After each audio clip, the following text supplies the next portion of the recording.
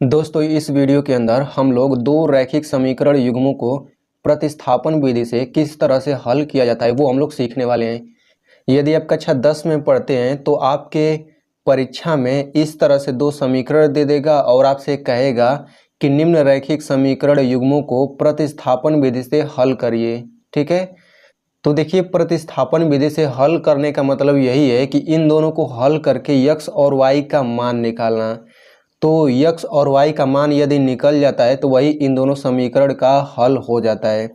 तो जिस तरह से मैं इसमें हल करूंगा, अगर परीक्षा में प्रश्न पूछ देता है तो बिल्कुल आप वैसे ही स्टेप बाय स्टेप हल करेंगे। ठीक है, तो इस तरह से दो ये रैखिक समीकरण युग्म है। तो जो पहला है इसको हम लोग सबसे पहले समीकरण 1 मान लेते हैं। ठीक है, और दूसरे वाले को समीकरण 2 मान लेंगे। इतना हमें सभी प्रश्नों में करना होगा जिनको हमें प्रतिस्थापन विधि से हल करना है। तो इसको हम लोग दो विधियों से हल करना सीखेंगे। पहला विधि तो ये है, दूसरा विधि इसके बाद सीखेंगे। तो समीकरण 1 और समीकरण 2 नाम देने के बाद हम लोग लिखेंगे समीकरण 1 से। ठीक है, समीकरण 1 से। अब हम लोग समीकरण 1 से जब बोल रहे हैं तो यानी कि समीकरण 1 को हल करके हमें इससे y का मान निकालना पड़ेगा। कैसे निकालेंगे चलिए देखते हैं। तो समीकरण 1 हम लोग यहाँ पे लिख लेते हैं 2x + 2y = 6। ठीक है, ये समीकरण हमने लिख लिया। अब इसको हल करके हम लोग y का मान निकालेंगे।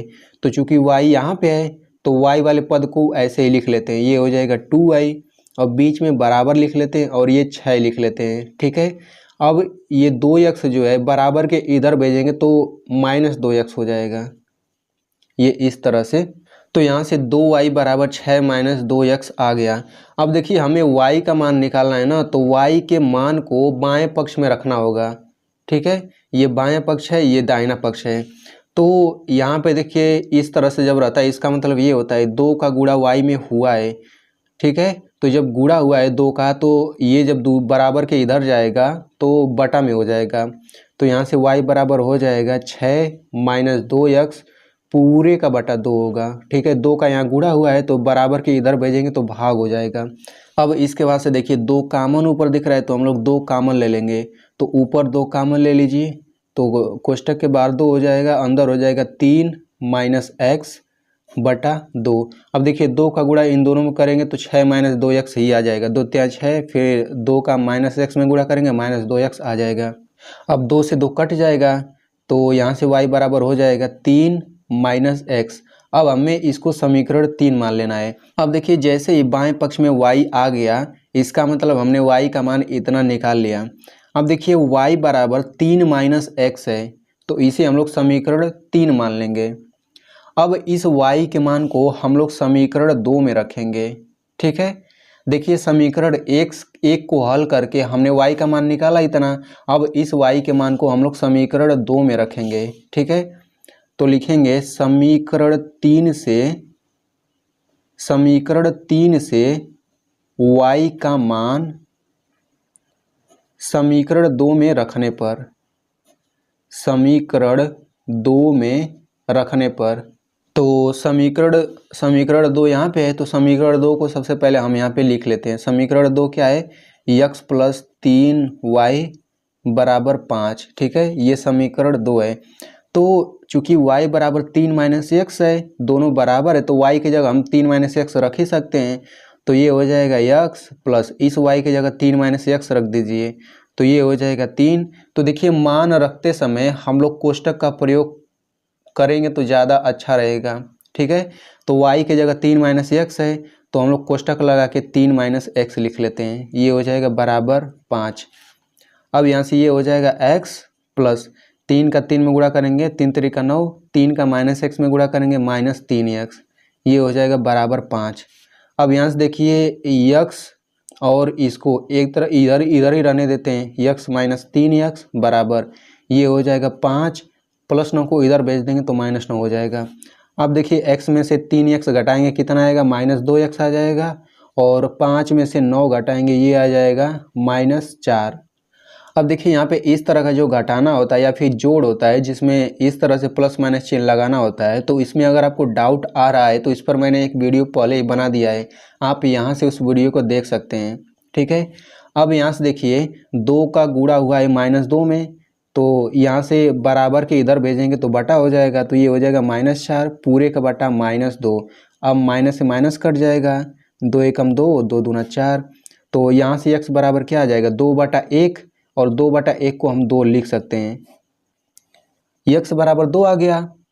अब इस x के मान को हम लोग समीकरण 1 में रखेंगे तब भी y का मान आ जाएगा, समीकरण 2 में रखेंगे तब भी y का मान आ जाएगा, समीकरण 3 में रखेंगे तब भी y का मान आ जाएगा। ठीक है, तो आप इन तीनों समीकरण में x बराबर रख सकते हैं, लेकिन समीकरण 3 में रखना सबसे सरल होता है, सबसे सरल तरीके से हल हो जाता है। ठीक है, तो हम लोग x का मान समीकरण 3 में रखेंगे, x का मान समीकरण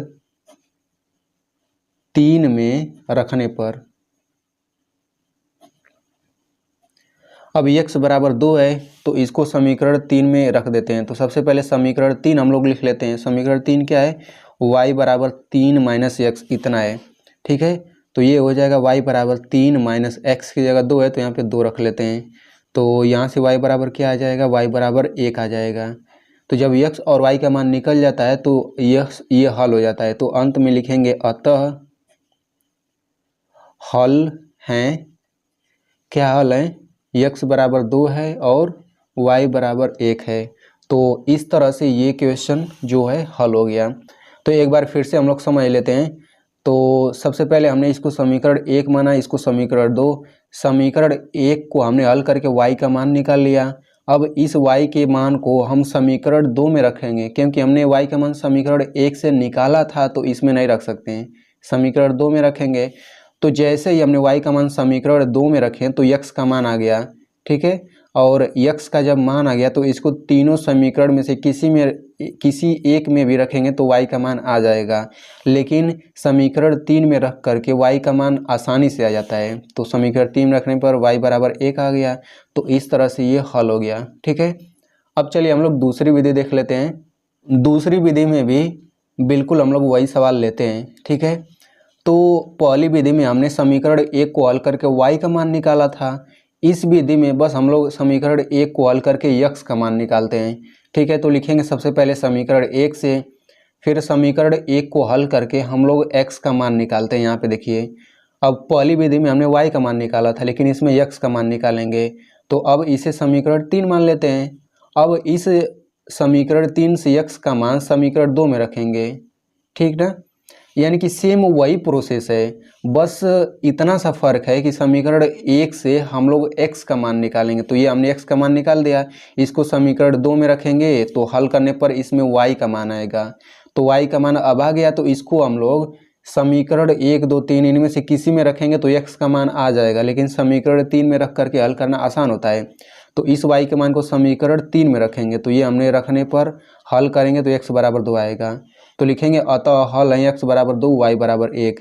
आप देख सकते हैं कि इस विधि से भी वही दोनों सेम आंसर आते हैं। तो इस तरह से आप इन दोनों विधियों से हल कर सकते हैं। तो दोस्तों, अगर आप मैथ में बिल्कुल ही कमज़ोर हैं तो आप इस चैनल को सब्सक्राइब कर लीजिए, क्योंकि मैं ऐसे ही नॉलेजेबल वीडियो बनाता रहता हूँ।